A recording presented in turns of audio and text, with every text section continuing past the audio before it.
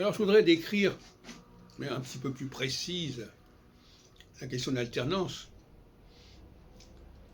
parce que je me plaignais que les politiques ne sont pas capables de définir ce qu'est l'alternance, en quoi elle consiste et en quoi elle est nécessaire.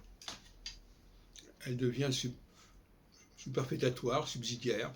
Ça peut avoir lieu, ça peut avoir pas lieu, puisque, en l'occurrence, on propose toujours une alternative. Alors, paradoxalement, l'alternative s'oppose à l'alternance. Si je propose une alternative, ça veut dire que je ne suis pas convaincu de la nécessité d'une alternance. Sinon, je ne proposerai pas d'alternative. Voilà un paradoxe intéressant. Alors, je dirais qu'en phase équinoxiale, il y a un système qui se déclenche et qui fait que il y a une sorte de grégarité très forte qui se produit et que l'idée d'être ensemble s'impose.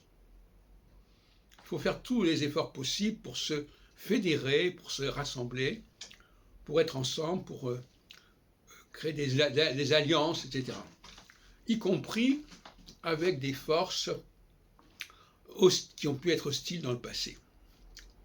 Je pense notamment au traité de Rome de 1957, qui a rassemblé l'Allemagne, la France et l'Italie, les ennemis d'il y a quelques décennies auparavant. Donc ça, c'est une phase équinoxiale. En phase équinoxiale, on accepte la présence de l'autre, de l'intrus, mais on ne le perçoit pas comme intrus.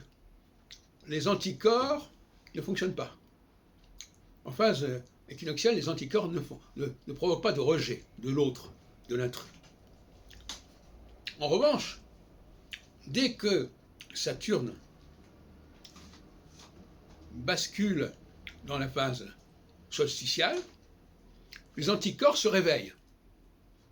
Et là, il y a de la xénophobie, il y a du racisme, il y a des démarquages d'ordre religieux et de philosophie, etc.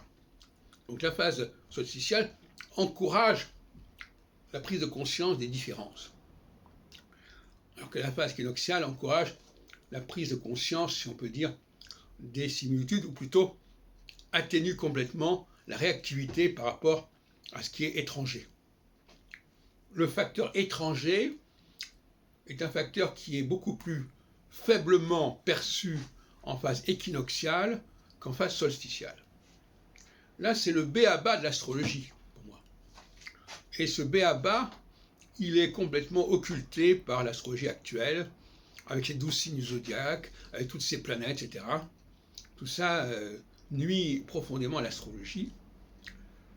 Et j'espère qu'on va enfin arriver à faire apparaître une astrologie plus puissante, plus solide que celle qui est actuellement en vigueur.